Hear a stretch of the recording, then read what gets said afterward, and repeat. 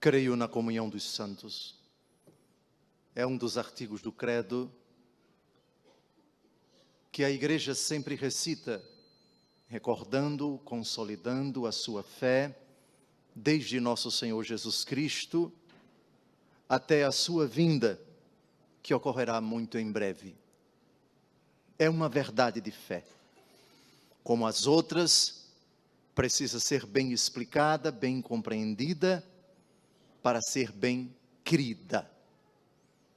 Santos, os nossos irmãos que se encontram na glória, participando da felicidade sem fim, daquilo que os olhos não viram, os ouvidos não ouviram, o que Deus preparou para aqueles que o amam. Realidade que já é concreta nesta terra, quando pela fé e pelo batismo morremos para o pecado e renascemos para a vida da graça. A santidade, enquanto estamos a caminho, enquanto sujeita ao tempo, pode crescer e pode sofrer reveses. Crescimento. Filipenses capítulo 1, versículo 6. Eu estou convencido de que aquele que iniciou em vós esta obra excelente vai levá-la à perfeição até ao dia de nosso Senhor Jesus Cristo. Revés, 1 aos Coríntios, capítulo 10, versículo 12. Quem está em pé, tome cuidado para não cair. A santidade é um dom, mas também uma conquista. É graça de Deus, portanto, algo imerecido, mas um presente que precisa ser desenvolvido, aperfeiçoado, acrescido, continuamente elevado com o auxílio divino.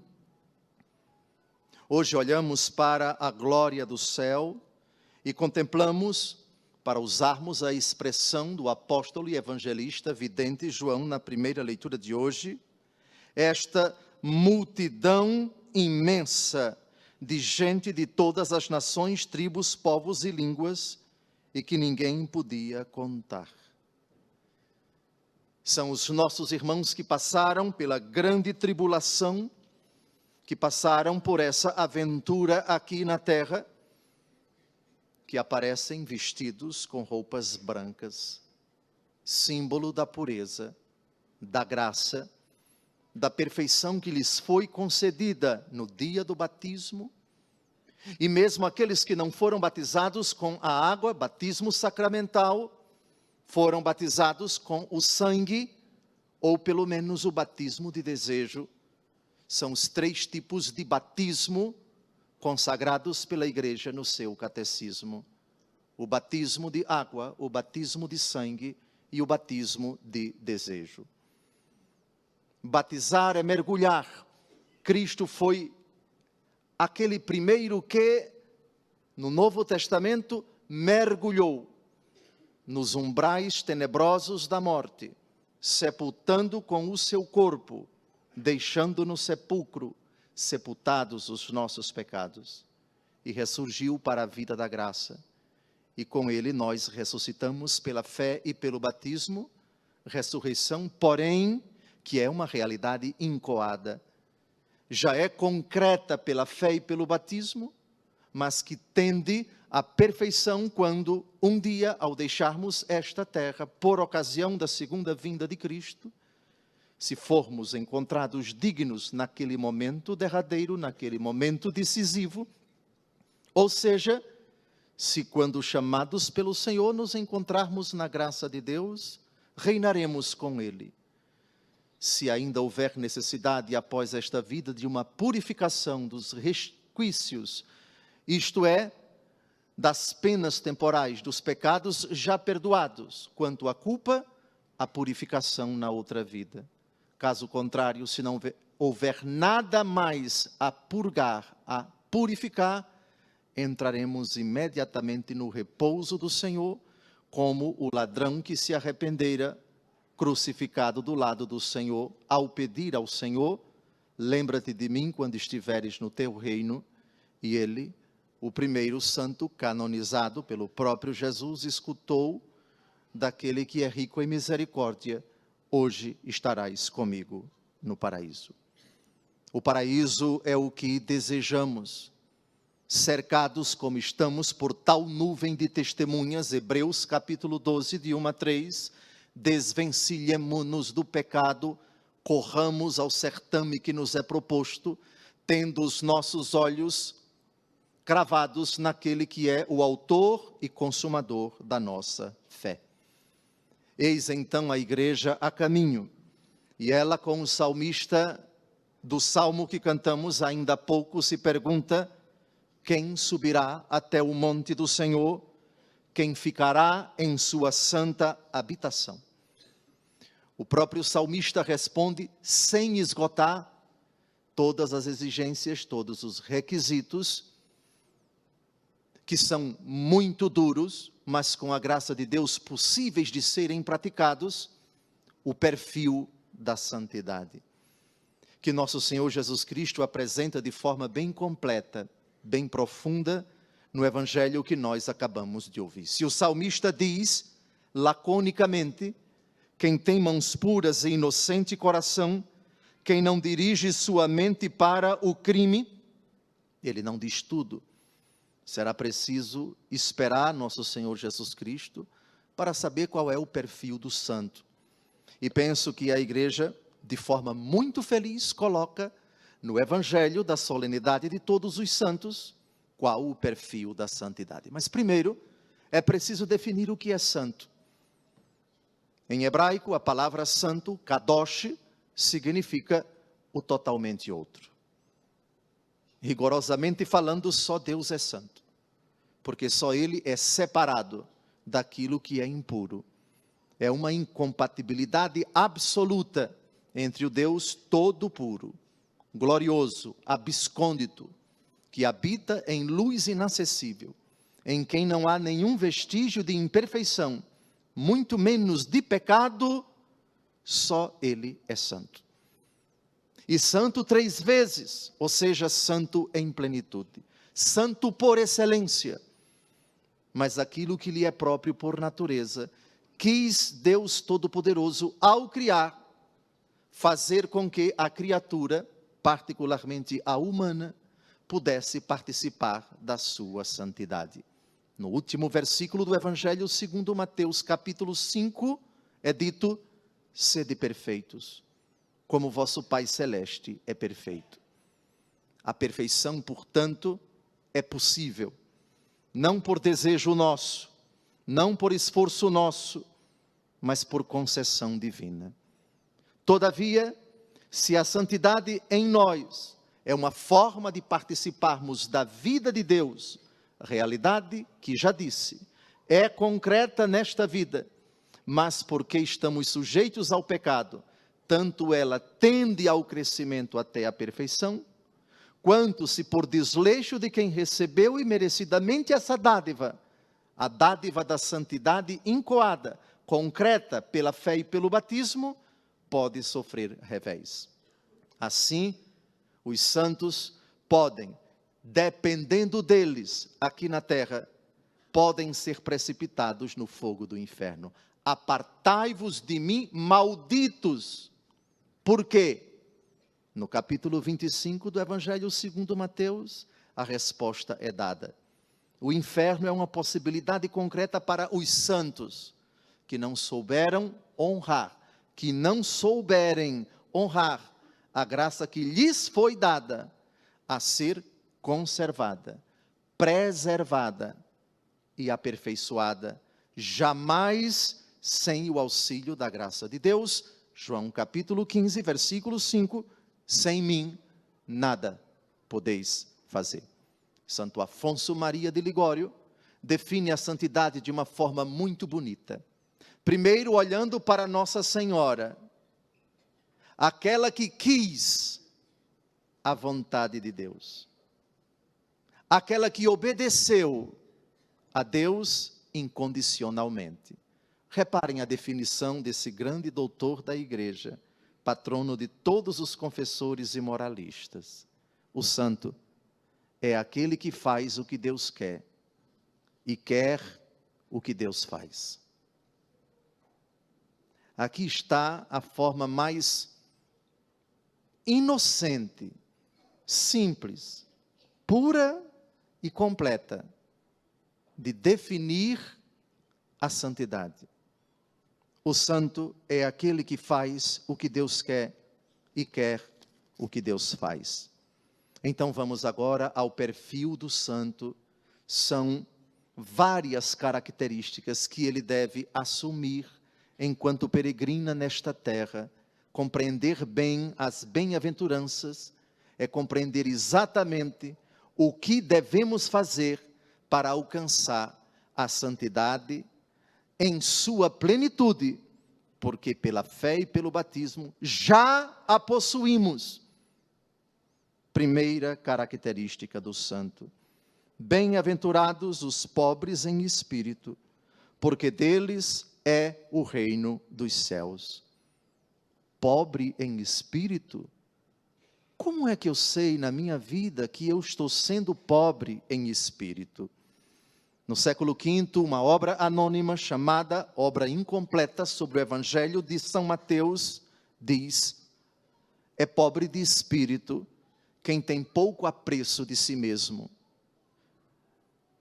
Ao contrário, é rico de espírito quem tem grande apreço de si mesmo e é soberbo, porque não cumpre o mandato de Cristo que disse: se não vos converterdes e não vos tornardes como as crianças, não entrareis no reino dos céus. Quem, já convertido, fez-se como uma criança, este é pobre em espírito. Na Gália, século V, atual França, Santo Hilário de Poitiers, na sua obra sobre o Evangelho de Mateus, também nos ajuda a compreender essa bem-aventurança.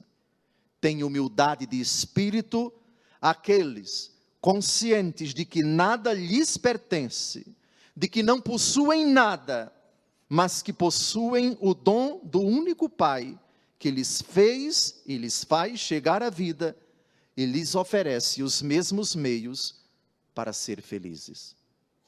Segunda bem-aventurança: bem-aventurados os aflitos, ou, outra tradução, bem-aventurados os que choram. Mas atentos, porque não é qualquer choro que leva uma pessoa para o inferno. Há um choro que não agrada a Deus, mas há um choro que agrada a Deus. O mesmo Deus que disse: alegrai-vos sempre no Senhor, repito, alegrai-vos. Filipenses capítulo 4, versículo 4, é o mesmo Deus que diz: chorem. Agora vamos ao choro que é bem-aventurado. São Jerônimo, no comentário ao Evangelho segundo Mateus, capítulo 1, versículo 5, diz: não se refere Jesus aqui ao pranto dos mortos, segundo a lei comum da natureza, mas aos mortos por seus pecados e vícios. São Cromácio de Aquileia, no século IV, comentando esse mesmo texto, um santo da Península Itálica, diz: chama bem-aventurados aqueles que não deixam de chorar pelas iniquidades do mundo e pelos delitos dos que pecam. Uma única vez Jesus mandou alguém chorar. Quem lembra? A única vez que Jesus pediu a alguém para chorar. No Evangelho segundo Lucas, capítulo 23, de 28 a 31, ele estava com a cruz às costas e viu algumas mulheres chorando, e olhando para elas disse: filhas de Jerusalém, não choreis por mim, mas chorai sobre vós mesmas e sobre vossos filhos, porque virão dias em que se dirá: felizes as estéreis, os ventres que não geraram, os peitos que não amamentaram. Então direis aos montes: caí sobre nós, e aos outeiros: cobri-nos. Porque se eles fazem isso ao lenho verde, que acontecerá ao seco? O choro que agrada a Deus é a dor no coração por ter cometido pecado e por saber da comissão de tantos pecados da parte dos pecadores. Quando o coração do homem não é capaz mais de sentir essa tristeza profunda por ter ofendido a Deus pelo pecado, a porta do inferno já se abriu. O passaporte para a condenação eterna já foi carimbado e o diabo fica muito feliz. Essa desgraça vai morar comigo no inferno. Bem-aventurados os que choram, bem-aventurados os aflitos, porque eles serão consolados. Esse é o choro, essa é a aflição bem-aventurada. Próxima bem-aventurança. Bem-aventurados os mansos, porque possuirão a terra. Que mansidão é essa? Aquela do próprio Jesus. Mateus capítulo 11, de 26 a 28. Vinde a mim, vós todos que estáis cansados, e eu vos aliviarei. Aprendei de mim, porque sou manso e humilde de coração, e encontrareis repouso para as vossas almas. São Cromácio de Aquileia, já citado, explica bem essa mansidão, dizendo, na mesma obra já citada: mansos são os homens pacíficos, humildes e modestos, simples na fé e pacientes diante de qualquer injúria, que, consolidados nos preceitos evangélicos, imitam o exemplo de mansidão do Senhor, que disse: aprendei de mim, porque sou manso e humilde de coração. O mesmo autor anônimo, já citado na sua obra incompleta sobre São Mateus, ajuda-nos mais ainda a compreender essa mansidão. A pessoa mansa nem provoca o mal, nem é provocada pelo mal. O peso do pecado não prevalece contra tais pessoas, uma vez que elas não são a causa do pecado. O manso é aquele que se alegra mais em sofrer a ofensa que em cometê-la. É autenticamente manso aquele que, tendo sido ofendido, nem faz o mal, nem pensa em fazê-lo. E Santo Agostinho, comentando o mesmo versículo no seu Sermão da Montanha, diz: os homens mansos são aqueles que cedem diante dos atropelos de que são vítimas e não fazem resistência à ofensa, mas que, Romanos 12, 21, vencem o mal com o bem. Próxima bem-aventurança. Bem-aventurados os que têm fome e sede de justiça. Mas que justiça é essa? Não é a justiça dos homens, é uma outra justiça. Ainda o mesmo autor anônimo, que explicação bonita. Ter fome e sede de justiça é desejar a justiça de Deus. Quem tem fome de justiça deseja viver de acordo com a justiça de Deus, o que é próprio de quem tem um coração reto. E quem tem sede de justiça deseja adquirir a ciência de Deus, que se consegue com o estudo e a meditação da Sagrada Escritura, o que é próprio do homem dócil.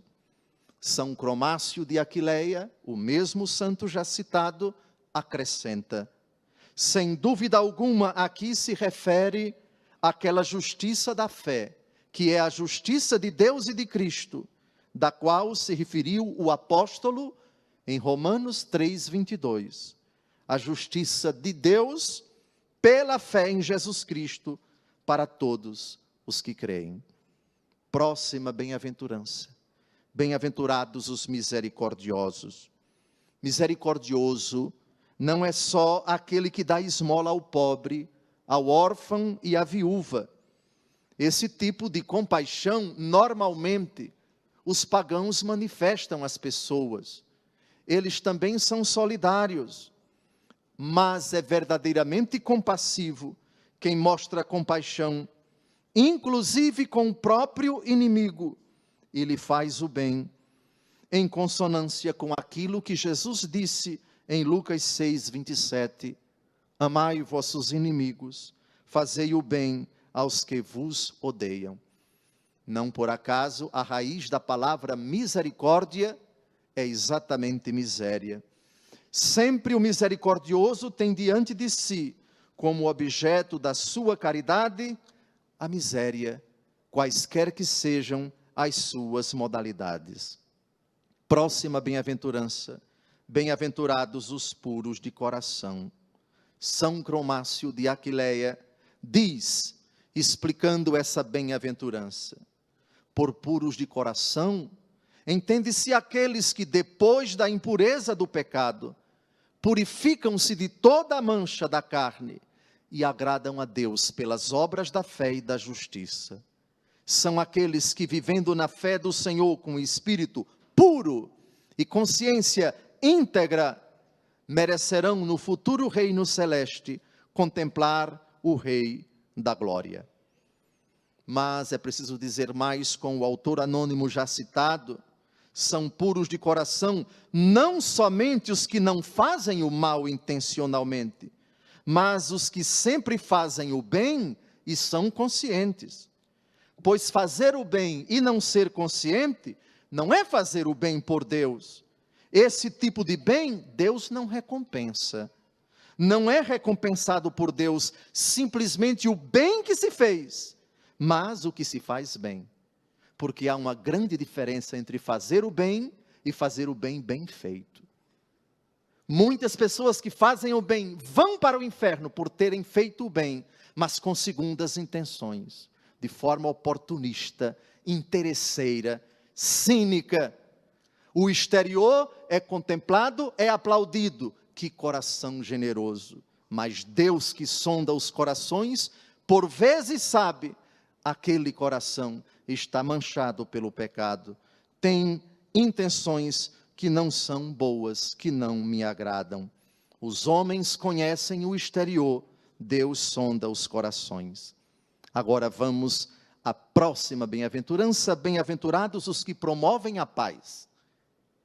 É um erro você interpretar essa bem-aventurança como, antes de tudo, a qualidade de quem, inserido no mundo, tenta a todo custo superar as divisões e as discórdias. Esse é um aspecto secundário da paz na Bíblia.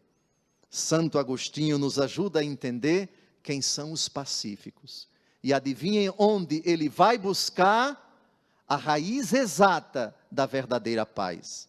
No sermão 53, a número 12, ele diz: se existe no interior do homem uma luta cotidiana, comentando aqui São Paulo em Romanos capítulo 7, dentro de mim existe uma luta interior. Eu conheço o bem que quero e faço o mal que não quero.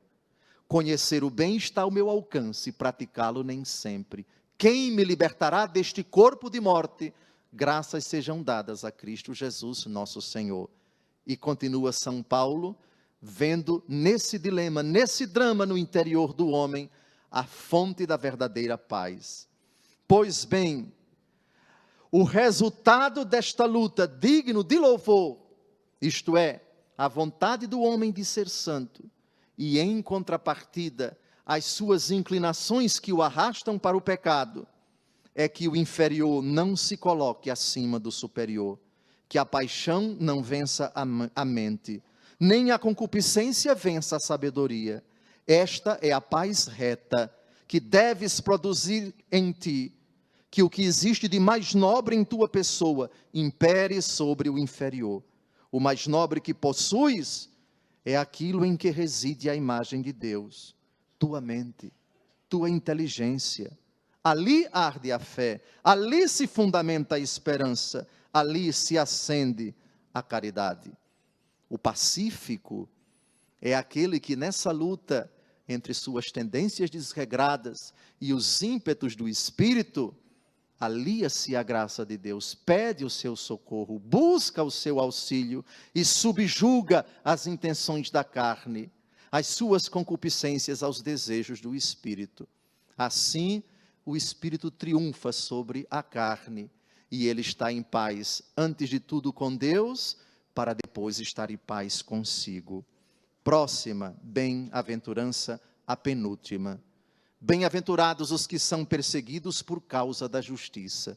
Já expliquei que a justiça para a Escritura não é a justiça dos homens, mas a justiça de Deus. Dar a Deus aquilo que é dele, e ao homem o que é do homem, no respeito à fidelidade a Deus, no respeito à lei de Deus, no respeito à vontade de Deus. Jesus adverte, e atenção para o cristianismo dos aplausos, atenção para as figuras que dentro da igreja tudo fazem para obter o aplauso, o reconhecimento, o destaque, o ibope das pessoas, o reconhecimento das pessoas. O mundo é inimigo de Cristo, é inimigo da igreja, é inimigo de quem quer ser santo. É o próprio Jesus quem diz, João 15, de 18 a 21. Se o mundo vos odeia, sabei que me odiou a mim antes que a vós. Se fosseis do mundo, o mundo vos amaria como sendo seus. Como, porém, não sois do mundo, mas do mundo vos escolhi, por isso o mundo vos odeia.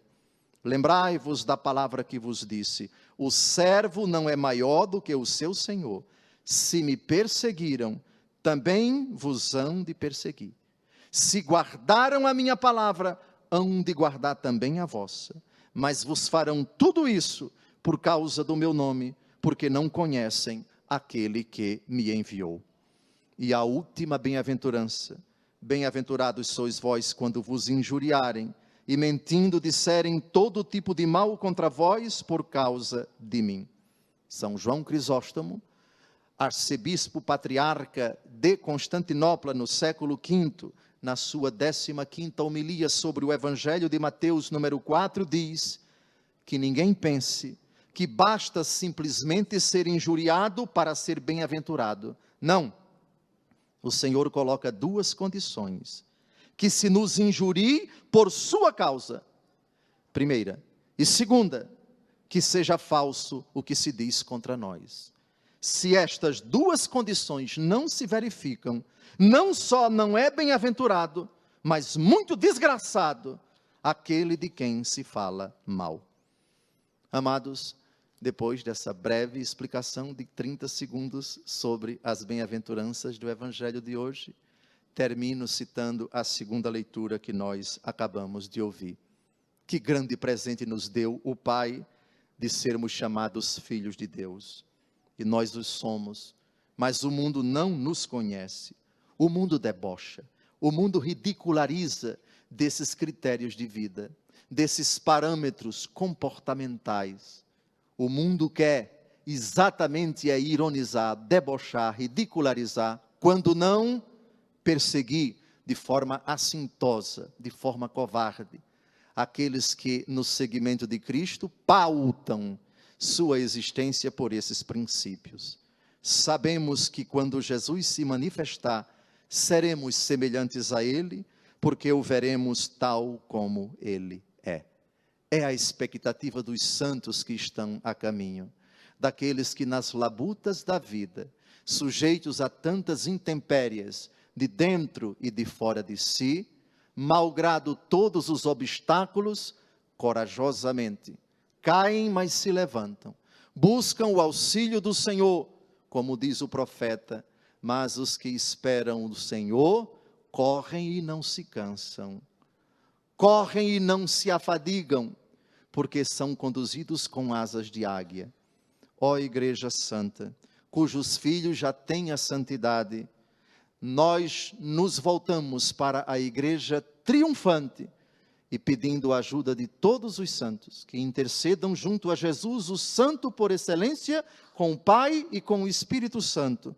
Ajude-nos a perseverar neste santo propósito, tendo como exemplo os mártires, os virgens e as virgens, os confessores, bispos, sacerdotes, diáconos, religiosos e religiosas, pais e mães de famílias, reis e rainhas, pessoas anônimas e não anônimas, que em 2000 anos deixaram para nós esse legado. E hoje lá no céu dizem, como São Paulo na 1 aos Coríntios, capítulo 11, versículo 1, sede meus imitadores, como eu sou de Cristo. Honramos os santos, diferentemente de muitos que dizem, só Jesus Cristo, santo não, esse precisa se converter à Bíblia. Esse precisa aprender a ser evangélico. Nós somos evangélicos, porque nos evangelhos nós encontramos o santo por excelência que é Cristo, que nos apresentou também modelos. Modelos porque eles foram perfeitos imitadores de Cristo. E no céu, hoje, são apresentados para nós como modelo para a imitação, auxílio na intercessão e amizade na missão, na caminhada rumo à casa do Pai. Louvado seja nosso Senhor Jesus Cristo.